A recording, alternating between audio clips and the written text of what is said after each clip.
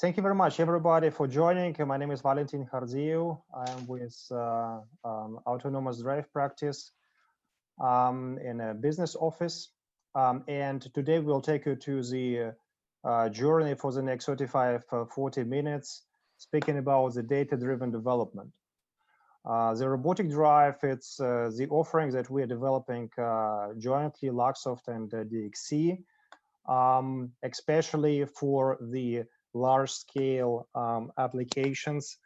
Today I have with me Martin Eichhorn from DXC, who is the product owner for this large platform and for this large offering as well, and Christoph Hennig, who is a technical product lead for some of the parts of this platform as well. So as mentioned, we will take 30 minutes perhaps in overall. And yeah, let's start then this journey together.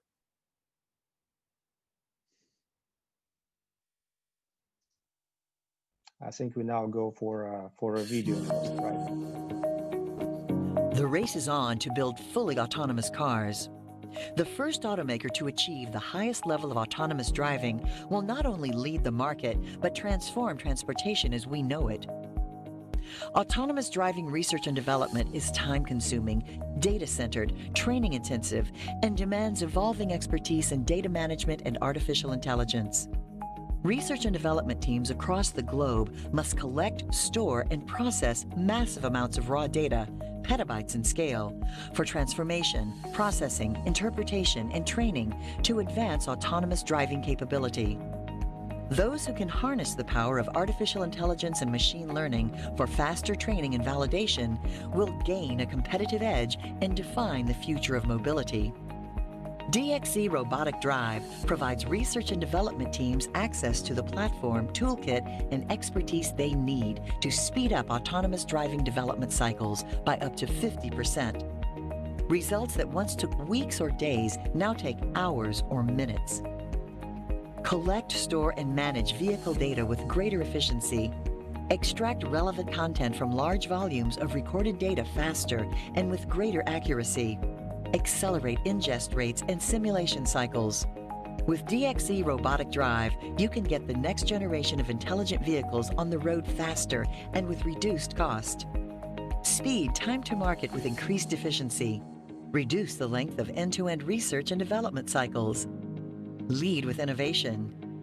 Define the future of mobility.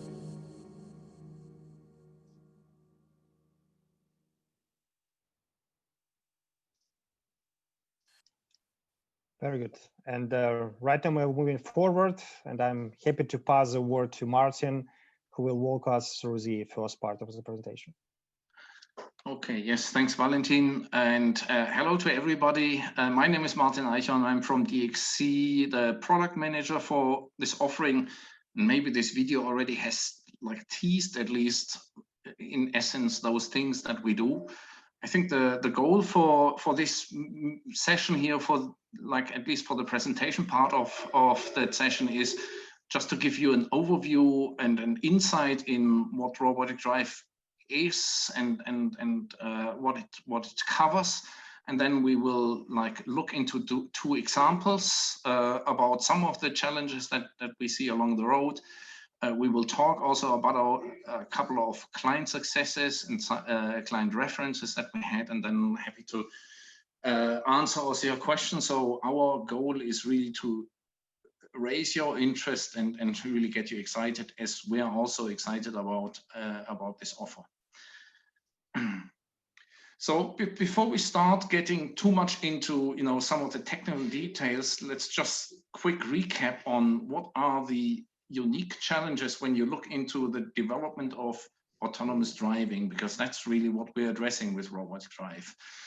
And the challenges that we see here, they become more and more complex for like the higher level of autonomy you are seeking. There are several levels of autonomy defined in like some standards like the SAE standard, and when we're starting to get beyond the level 2 autonomy, we're talking already about the automated or highly automated driving, or even fully autonomous driving, which will be more on a level 5, for this in this classification. The higher you get there, the more complex some of the challenges get. And this slide, I just wanted to walk you through some of the challenges, and those are the typical challenges that, also an OEM and tier 1 supplier comes across when he wants to develop an autonomous driving solution or components around the solution. Yeah? So there will be challenges about new sensors that are built into the car. So those sensors are higher resolution sensors. You have cameras, you have stereo cameras, you have 4K stereo cameras around your car. You have multiple of them. You have radars, you have LiDARs. You have so many sensors, and they are creating a lot of data. Clients that we work with, they are collecting more than 8 GB of raw sensor data per second per vehicle. And all of that data is relevant in the end if you really want to develop those kind of solutions. And so there's one of the first parts, and we will be looking at this one in some of the examples, is how do you get hold of this data? How do you collect it? How do you make it available to developers? Because we're talking here about, if you're having 8 GB per second, like on one test drive shift, we're talking about tens or 50s or hundreds of terabytes of data. And it's not trivial to just copy a couple of terabytes of data. You can't do that simply.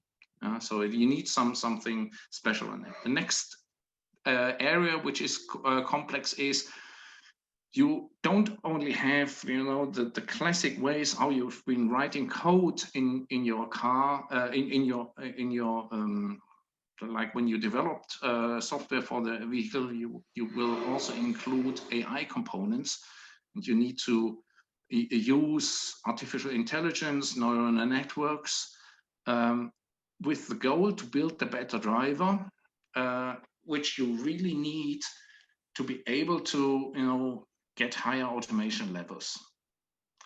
And this is a new complexity, and this has a lot of impacts also in the capabilities that our clients need. And this is what the second area that we address. The third one is then this whole test complexity, or the variance that you have in your operational domain, where you that you have to verify when you develop autonomous driving sequences. Is really the amounts of test scenarios that you have to carry. If you're just looking on a level 3 development, the studies say that you already have more than 300 million scenarios. So how do I test repeatably against 300 million scenarios? And this is just like exponentially growing if you're going to higher levels.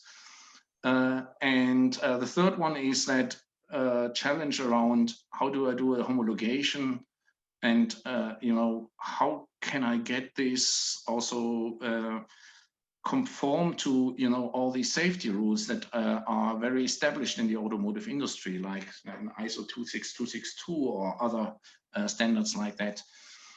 Those are a whole lot of complexities, and this is all driven by pressure that you as a client, if you're building such a vehicle, you have the pressure that you have to hit a start of production time. So you have to get ready and the product needs to get out. So the whole goal here is to handle all these complexities and to seamlessly automate this development process. This is what robotic drive is all about. Okay, Christoph. So I just gave this introduction, and now, like when we're talking about the offering, robot drive offering, the offering itself covers this whole journey, this whole development loop that I just discussed, we're addressing that. I mean, the key component or the backbone of what we're doing is the AD backend platform. That's the development platform in the backend on which we operate with all our service products, with all our functions that we will be looking into in a minute, and that is capable of managing these complexities, these amounts of data, and makes it accessible to whole development teams so that they can efficiently work even with like files that have file size of terabytes or data volumes that are really petabytes of data volumes. And we will be looking into 2 examples in this whole area, but the overall journey or the overall offering covers everything from data collection and data ingest, and we will be looking in this one. It will be covering services that help to give data meaning or give data value. So how do you make the data valuable? Then we have a whole block that covers AD development and especially AI ops services for AD, so neural networks training or model training for artificial intelligence and autonomous driving.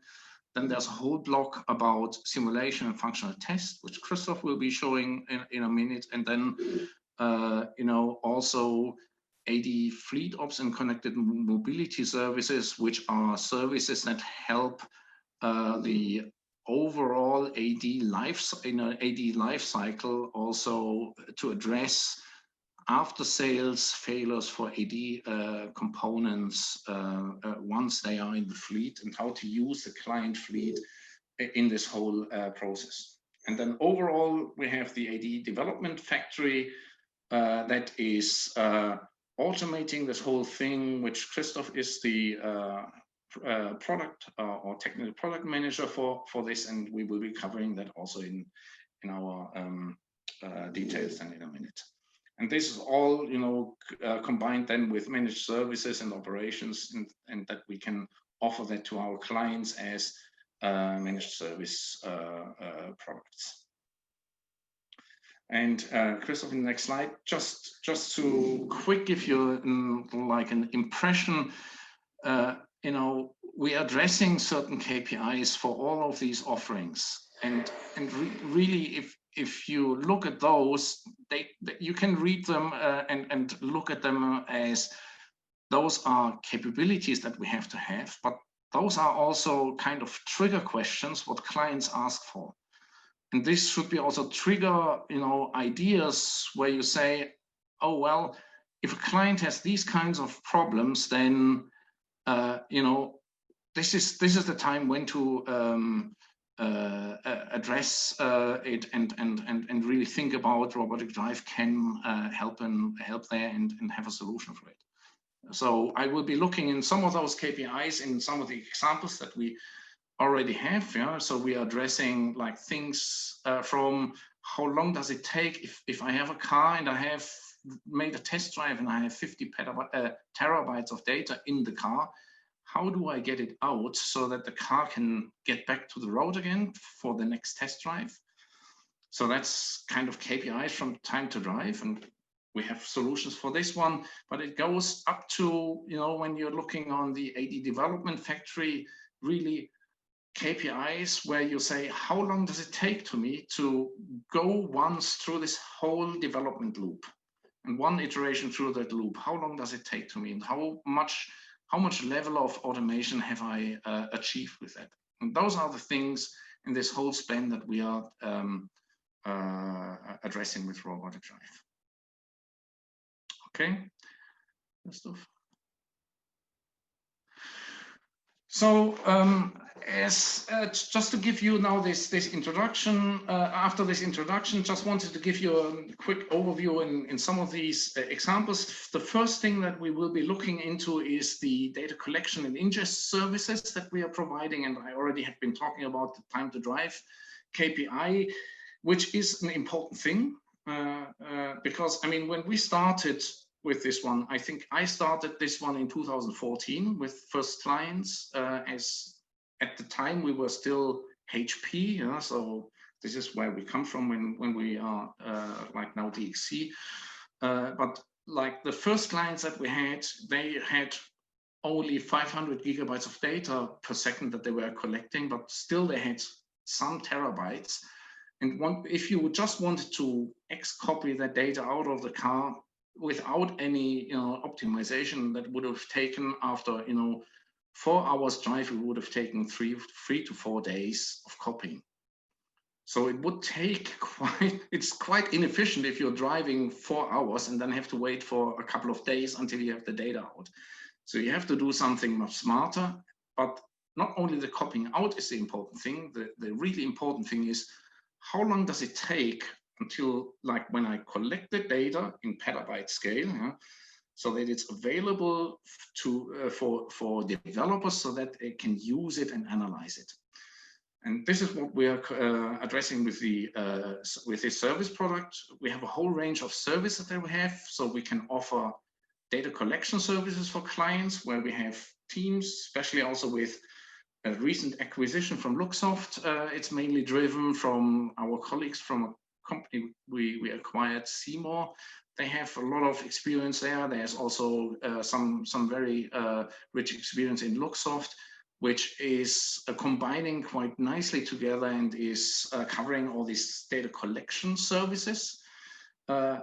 And then there are other, there are the data ingest and upload to cloud services. This is really dealing about how do I collect this data and bring it into the cloud or into my AD backend platform so that it's available for large developer teams so that they can effectively work on this data.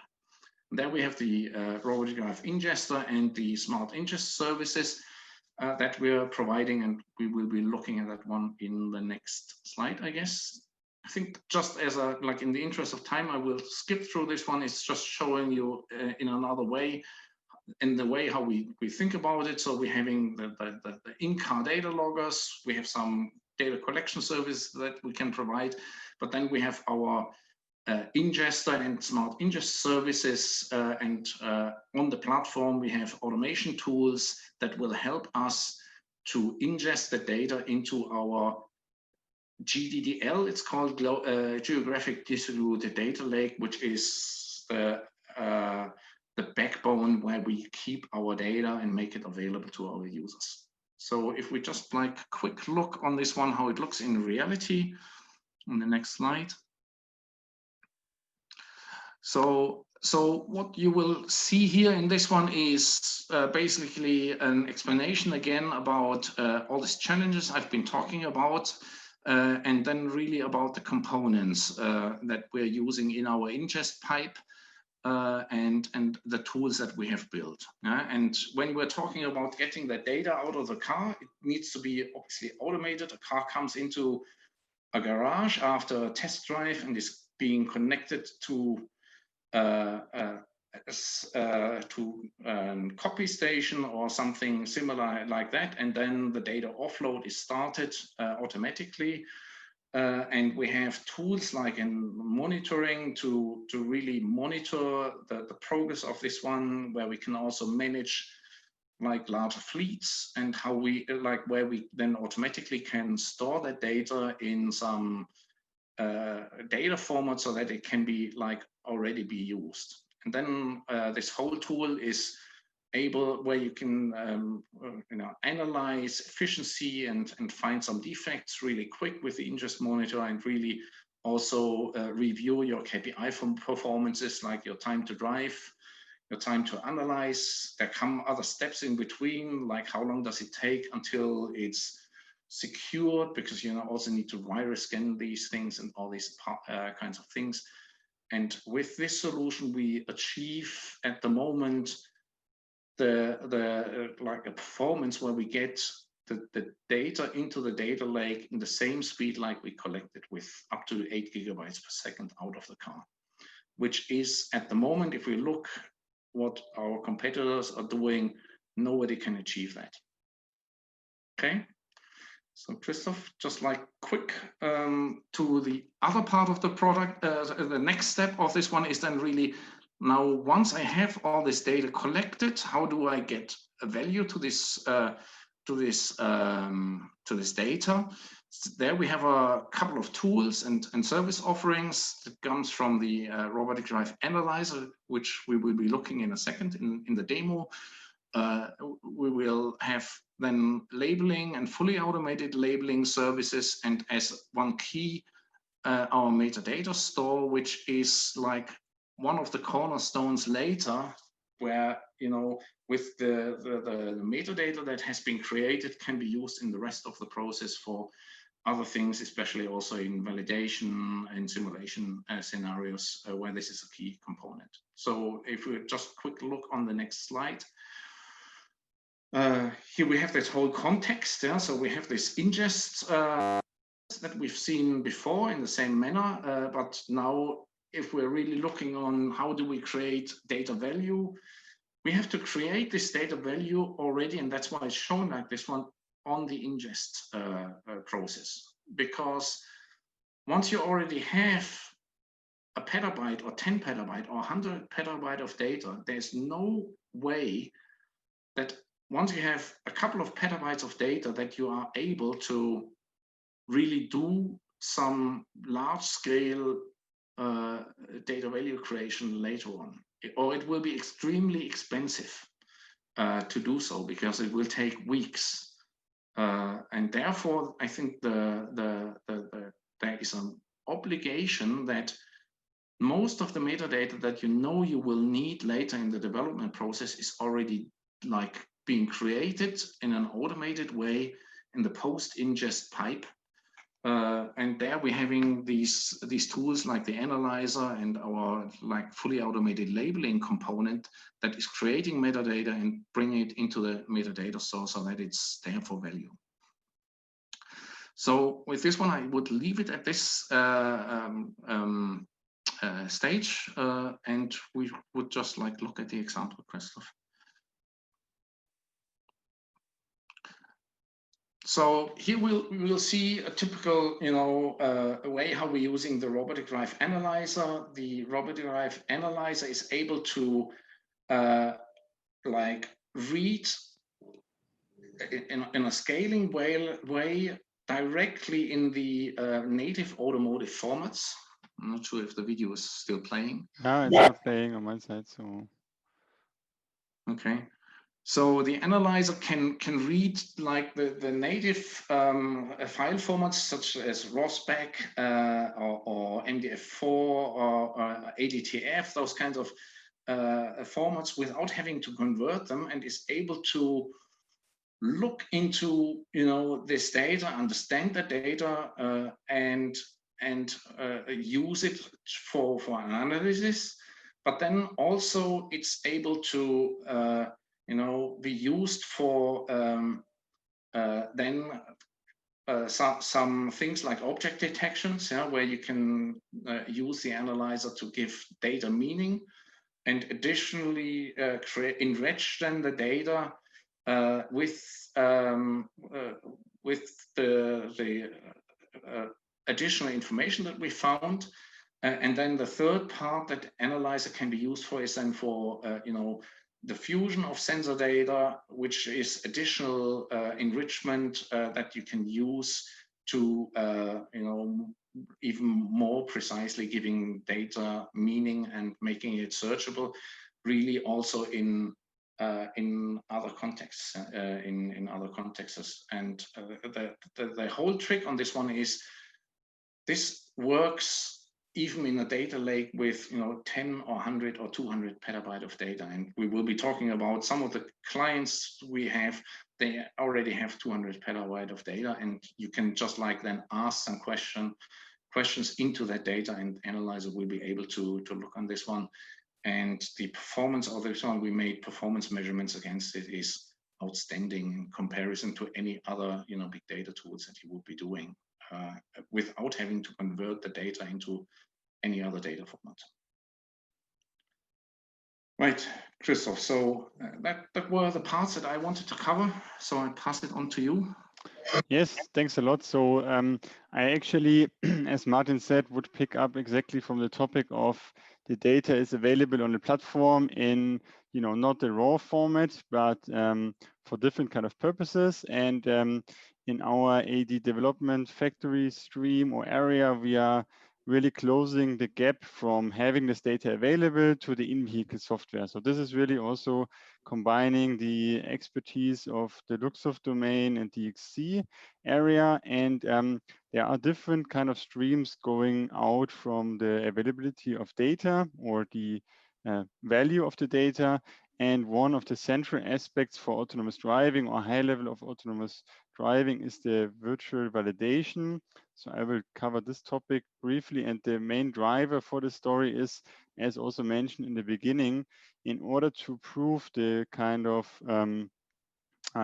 validity of your developed function, you have to also prove that you have executed certain amount of tests, you have driven certain amount of miles, and you cannot do this in the real world. So this is the approach to do this in a virtual environment. Just on a big picture, you can see that the left side is the data that is available. So could be something like recorded data, but also something that is maybe pre-existing from a replay or other development artifacts. And traditionally, we have the central parts for development in the embedded code C++ area or model-based approach with MATLAB. This is kind of the existing part in the development streams. With the data-driven approach, you will actually consume much more data on the scenario side to train models or train functions. So also already in the development part of the whole process, you have to deal with a lot more data. And this then goes through the different stages towards the vehicle integration. So we always say this is kind of the maturity stage of your software going into the car. And in order to avoid a big bang integration at the end, where you will then learn that your functions are not working together and you have not fulfilled all the validation parts, the idea here is that you are doing pre-steps by integrating software earlier, test and validate those steps, do kind of a virtual validation on emulated or simulated hardware. So you can already at this stage iterate through your development cycle.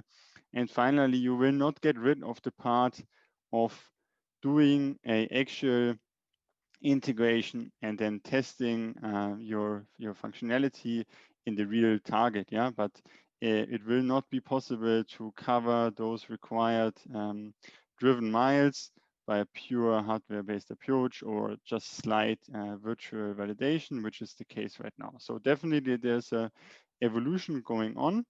And one of the cases I wanted to show a bit is out of this big picture. There's of course many things that we see as a challenge for DXC and Luxoft to approach in robotic drive is the handling of scenarios. So on the next slide, we basically see just on a high level a bit how this kind of system under test is provided with or has a lot of input from different kind of data to be able to reproduce the actual real world scenario, right? So you have to have some kind of test cases in the beginning. You have to have a set of scenarios that satisfy those test cases, and you will do a alteration of scenarios, for example, changing the weather conditions in it to cover it in the same fashion as you would do in a real world when you're driving in different kind of conditions. This virtual test environment is then producing you some outputs, which of course also have to be evaluated. How can you trust those results, or do you not trust those results, or do you have to reiterate? The central aspect here is traceability, to be able to reproduce certain situations. And this is kind of a complex picture that comes together. The idea here is to provide this capability from the platform level and do this on a proof of concept level, and also provide here solutions to clients from that. I have also a short demo of this. So you can see here one example of a simulator that is changing the environment. So for example, to a sunny weather, and then it is running into some incidences or cases, and you can then see how the function actually reacts. So this is the scenario on a single scale, of course, and for the development perspective, it would be required to alter this, so do some configuration for that and run some tests. But as introduced, the amount that has to be covered here is not something for a manual process. So it's important to run a lot of different kind of tests in parallel on the virtual target. And exactly this virtual environment gives you the possibility to execute this without duplication of hardware. You just create new containers where you will execute your test and validation pipeline in. These results then will be, as said before, required to prove the validity or the coverage of your tested function in terms to the requirement. And just one more technical view at this topic to relate a bit also to the parts that are from the Luxoft side, for example, already known, or from the current embedded area. It is really a combination of different technologies and stacks, but also a challenge on the interfacing that consistently, but also using the scalable platform from DXC to be able to run multiple of those and not have a single environment. So in a closed loop validation setup, just briefly, you would have a simulator as an input, and this is producing you, as you saw, kind of a vehicle which will simulate the sensors that are existing. So you could actually have data which is very similar or similar to the data that actual LiDAR sensor produces, for example, or a camera, but it's not really existing. So it's a simulated part of that. And this will be the input for your test system. So traditionally, you would have an ECU sitting at your desk, and you maybe plug it into a sensor and try it out. Here, you're going basically 2 steps further. You are having not really the ECU on your desk, but you also have, you do not have the sensor on your desk, right? So it's a fully virtual validation. And the closed loop challenge is here, or the why closed loop? If you would only feed it in with data from one side, do not consider the output again. It would be an open loop case, but in a closed loop, you can then also consider the impact of the reaction of the function to your simulator. So the car will have different kind of drive controls, which will be executed. And this is scalable through the platform. So you can basically, you see here, this is executed in containers. So you can scale this by running multiple of the containers. And the key part here, which we are focusing on, is the automation of that. So you do not want to set this up manually. This is something which has to be automatically executed by the developer or by commits to do the validation. I have one example to look at this, how this is, in our case, really at the developer perspective visible. So I have one example of a closed loop validation based on a Unity simulator. So on the left side image, you can basically see the vehicle that is controlled and another obstacle vehicle in front. And this is executing an adaptive cruise control function. And in the right picture here, you can see the camera simulated. So it's actually not the real camera, but it's what the camera would perceive in a simulated way. And then on the right side, you can basically see the output of the container that is representing the ECU. And this function in the ECU is then producing the distance to the car in front as an example. And this is fed back to the simulator. So basically it will keep the distance to the car in front at a certain point.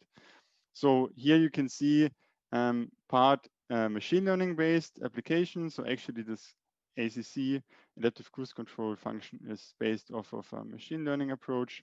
We integrated on a ROS platform, but also adaptive AutoSAR, classic AutoSAR, which you saw in the stack before.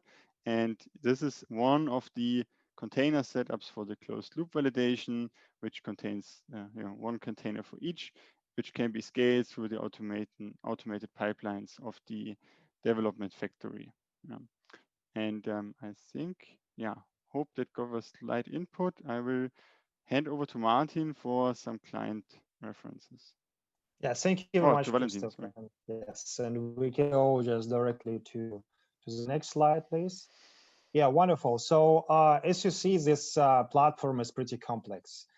And this journey started, of course, not yesterday. So as Martin already mentioned, he was exposed to this topic already 2014, meaning 6 years from now. And looking at this timeline that we have behind us, the development, of course, started with the very, very strong partnering with the premium OEM beginning in 2016.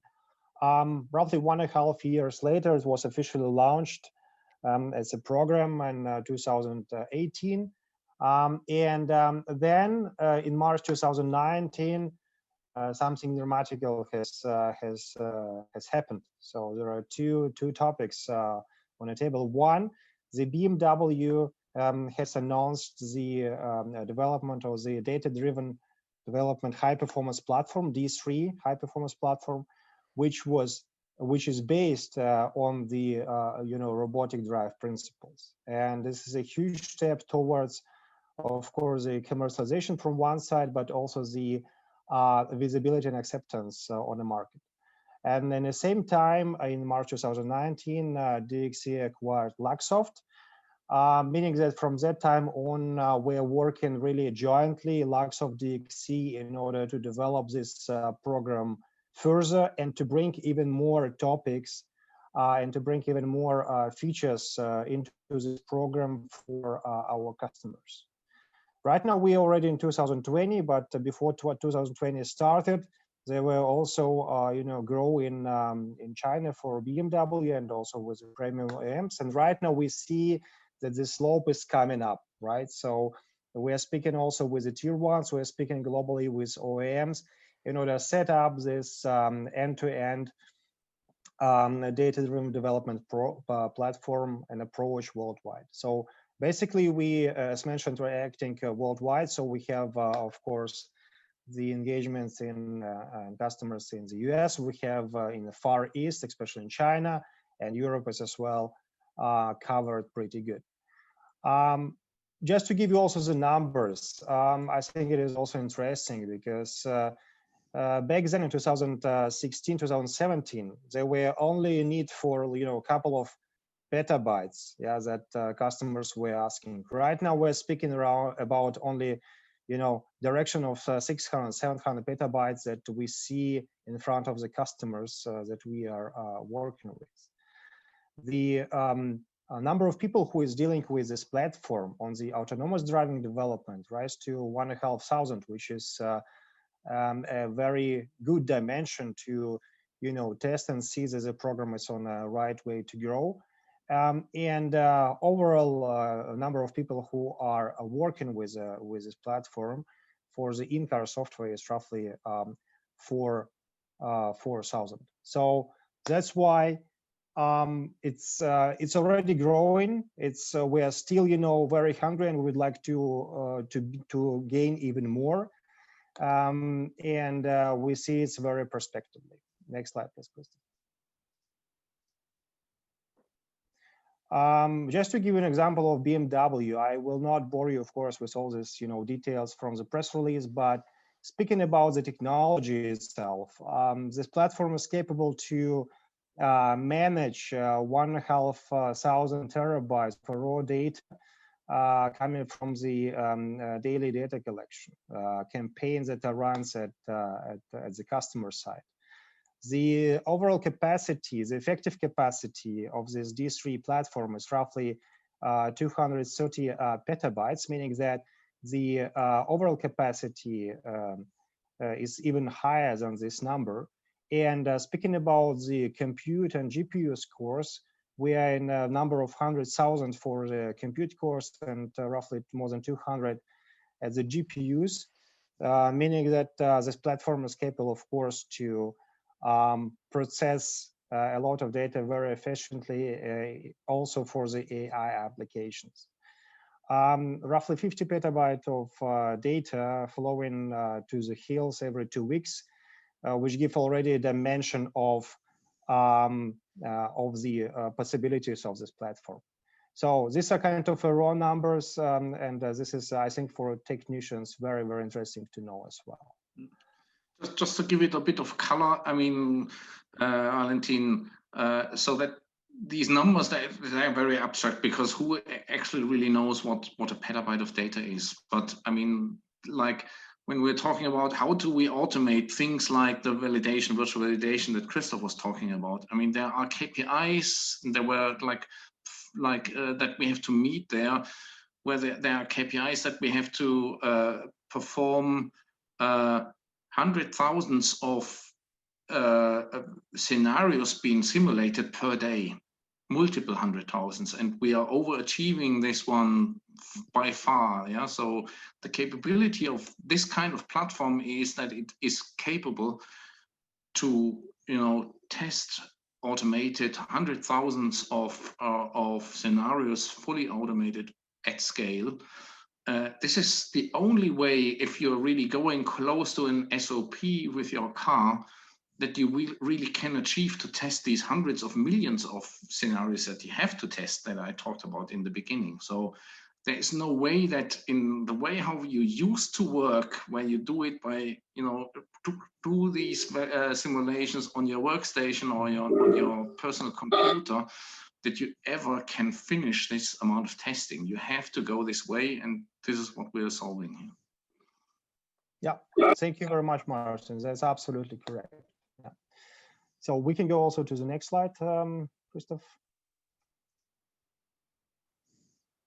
Yeah, and this is actually the next step, which was taken also a couple of months or half a year ago, to establish the innovation lab, robotic drive innovation lab in DXC's facilities in Böblingen, where we, from one side, having the possibility to use the same system and the same structure as we also developing for our customers, not at the scale as was mentioned for the BMW, but for our everyday use, and of course for the customer interest. So this innovation lab is equipped also with the cluster of computers and the GPUs that are needed to develop the platform further, and of course to make demonstrations when they needed, of course, at the customer's level. Yeah, so this is pretty much it. I think we can go right now, yes, for the last slide. So we hope that we can wake your attention for the last 40 minutes, 45 minutes, what I see right now. And of course, we as a team are ready to answer any questions that are right now coming from the audience. Thank you very much.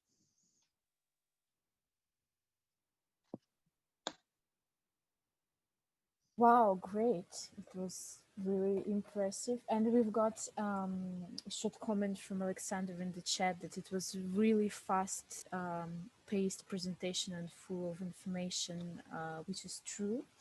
And Alexander asked if this presentation will be available in the recorded version on YouTube. The answer is yes.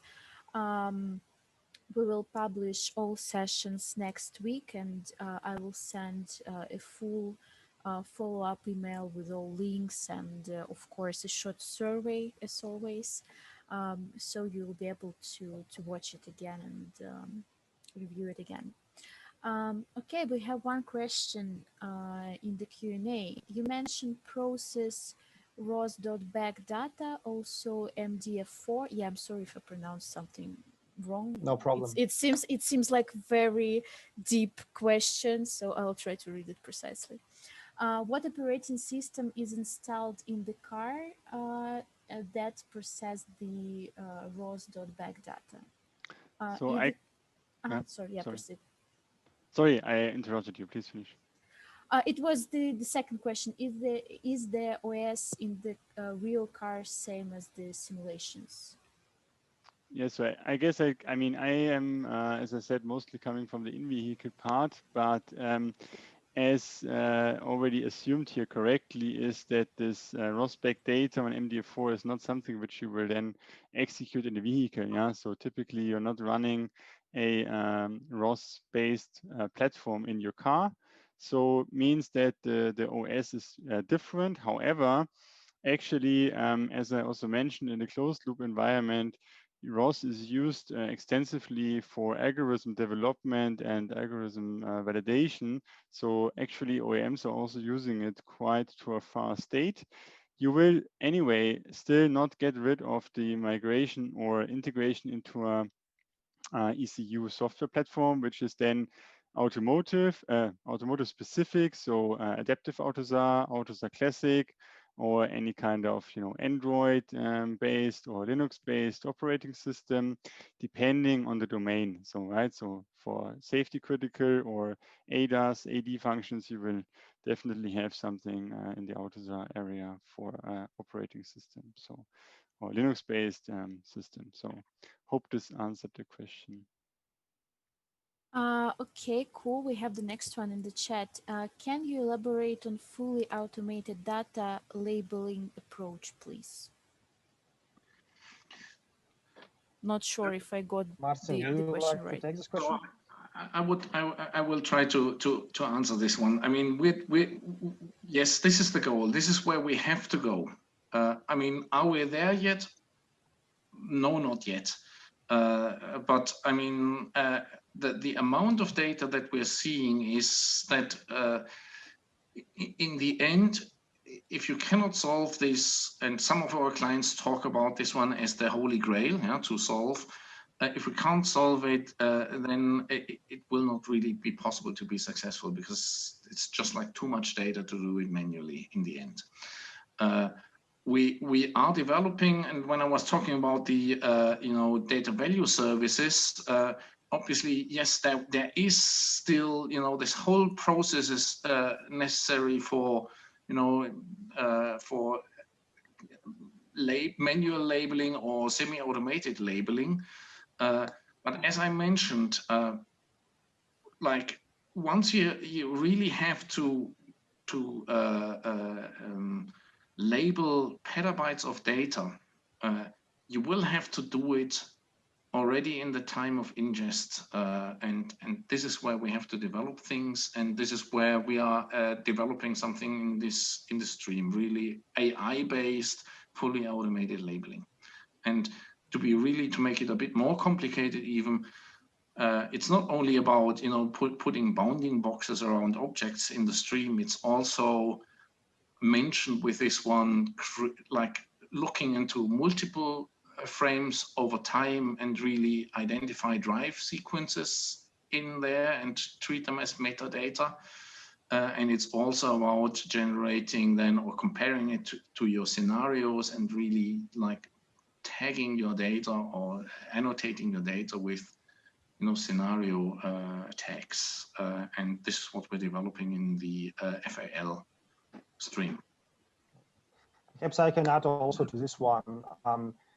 So our approach, as mentioned by Martin, is to combine, the best in class, best in the industry, from one side tools, and from another side also the approaches. So therefore, we are joining forces for that within Luxoft, with the DXC, and with, of course, Seymour, that has been acquired some time ago by Luxoft, in order to develop it really in a way that we can reduce the amount of work from the human beings, of course, in this process. And at the end, of course, to speaking about the understanding of a data, this is the way what we are approaching also in this fully automated data labeling stream, because it's not only as mentioned before about the boxes, but also there to understand which direction the data should be moved, which direction the data should be used actually on this large platform, in order to, at the end, decrease the time for searching of this data and bring this data to the right point, to the right developer, in order to test the algorithms. Okay.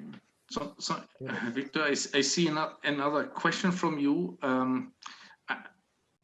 I think the answer is no.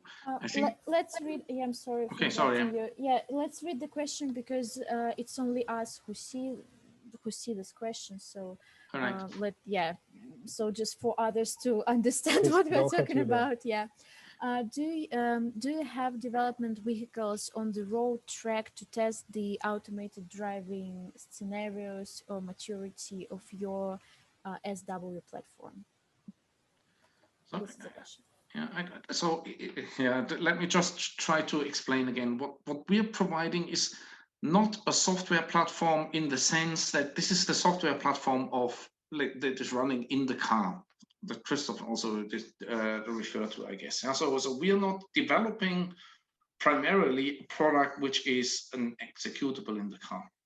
We're developing, like what we're providing with Robotic Drive is a development environment so that our clients who have their vehicles create their software. So it's kind of the tool to develop this software. And typically, yes, we are working with our clients which have these cars. In the data in the data collection service that I initially said, there are some client instances where we do provide services where we collect the data for clients, and there we equip some cars. But that's not really the core of our offering, or the intention of our offering. Yeah? It's a capability that we have as DXC Luxoft. Yeah. Good. I hope this helps. One more question in the Q&A. I'm really excited with the complexity of the software designing challenges. Will you use the autonomous car personally? I cannot wait for this one. I like this question. Yes. I mean, I don't know where all the audience around the world is living, but I mean, driving on a German Autobahn lately, I mean, now with COVID, it's a bit easier because there's almost nobody on the road, but in the years before, it is so horrible because all you do is you're queued in traffic jams, and like the hours of boring driving commuting between towns is really, really horrible. I cannot wait until this is there. Same to me. So going to the, going on the road, going on the customer, even going here in Berlin where I'm living on a road. So this will be a huge challenge from one side, but from another side also a very, very nice and interesting journey. I think if there will be the AD already on the road for it. Well, as for Russia, I would better wait a little bit more testing, more cars on the road. Well, but if you would live in Russia and you would have to commute between cities that are really, really far away, you would gladly, if you don't fly here, would gladly want to have an autopilot on the Autobahn. Yeah, that's true. Okay, next question. In your opinion, using simulation may be part of government testing, get permission for use of general road, AD, or better use test real on special? So I can I'm not 100% getting the question, but I think it's referring to what is actually what's the part of using the simulation for, right? And I mean, as I mentioned, the challenge here is that we will have to face a mix of real world tests, so and simulation, right? And I mean, currently the part that you're testing on a hardware in the loop, so on real hardware, is quite large, right? But in the future, we see a shift of changing that to try to cover more test cases and scenarios in the virtual environment by using a simulator. And of course, simulation can also be used in different kind of contexts. So you can have a real fully environment simulation with the vehicle and so on. But in our domain, we are also simulating specific sensors, simulating ECUs itself. and so on. So yes, it's a mix, and we are working towards an increase of the use of the simulator to gain road approval, even though you have to prove as much driven miles as you need for AD. I think I can add to this one a little bit, because for now, of course, these road approvals are a must, right? So, and the authorities are working closely, of course, with the OEMs and Tier 1s in order to make it's perhaps easier, right? But at the end, you know, using full simulation for the road approvals, this is something as a journey, I think. So we are not there right now. We know what simulation is capable of, but of course, to having really vehicle on the road tested on a simulation level right now, it's, in my understanding, not possible.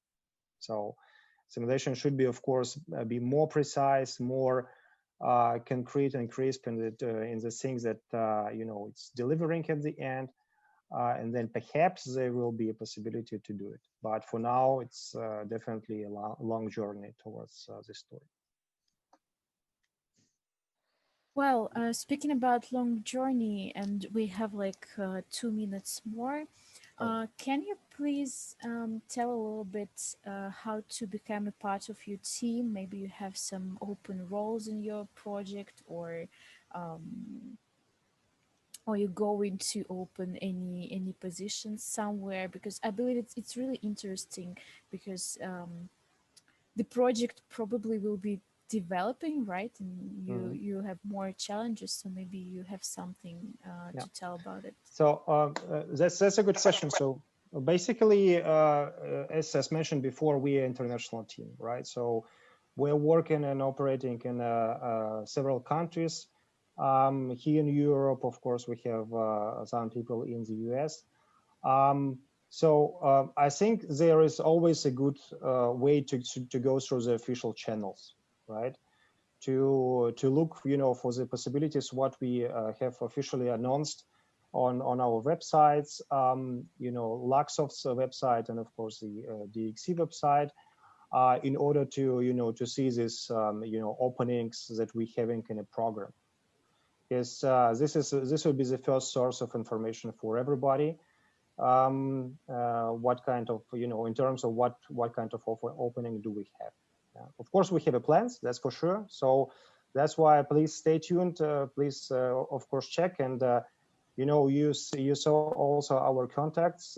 If you see perhaps a kind of direct possibility, or you know, an idea how you know, you can contribute to us, then please don't hesitate to contact us, of course. And I can just add to this, Valentin. For me, I think first of all, this is not like kind of a project. It's really a program in DXC. We're investing for it for over a couple of years. We already have 4 OEMs as clients, and these are large and long-term, you know, relationships that we're building here. So these are really large teams. I mean, like Valentin said, we already have 1,500 people working on Robotic Drive with our customers, and we're managing 600 petabytes of data for our customers.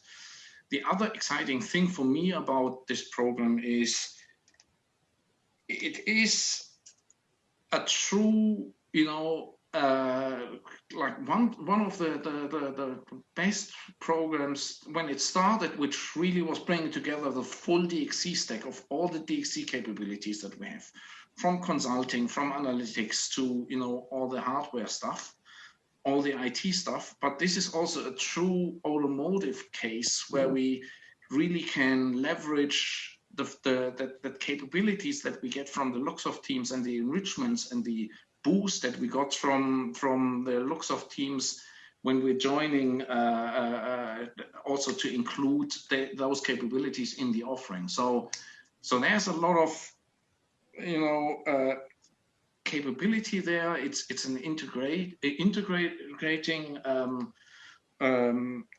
topic. It is very, very innovative because a lot of the things that we are discussing, there are no solutions in the market yet. So it's a very innovative part. And the company is continuing to invest in this one. And yes, like Valentin said, look out for some of the openings. And if you have the same passion and excitement that this whole team here has, but welcome and just like contact us or contact us through these channels. And we will be looking for talents who want to join this trip. Yeah. That's a good point, Martin. So I wouldn't say it better. Thank you. Great. Yulia, over to Thank you. you guys so much. Yeah, I believe this is the best finishing of the talk. Yeah, really. So guys, thank you so much for the great presentation. I will share it with all people who registered for the marathon next week. So probably we should expect some feedback later on that. And guys, thank you for joining the fourth talk. It was really interesting week, and tomorrow we have the final session with the topic of telematics and Kirill Lemesev from Connected Mobility Practice. Hope you will enjoy it as much as I enjoyed this presentation as well. So hope to see you tomorrow. And guys, thank you for your talk. Yeah, And thank you for having us here, by the way. Thanks. Thank you. Yeah. Have a good day or evening. Thank you. Yeah. Bye-bye. Thank you. Bye-bye. Bye-bye. Goodbye.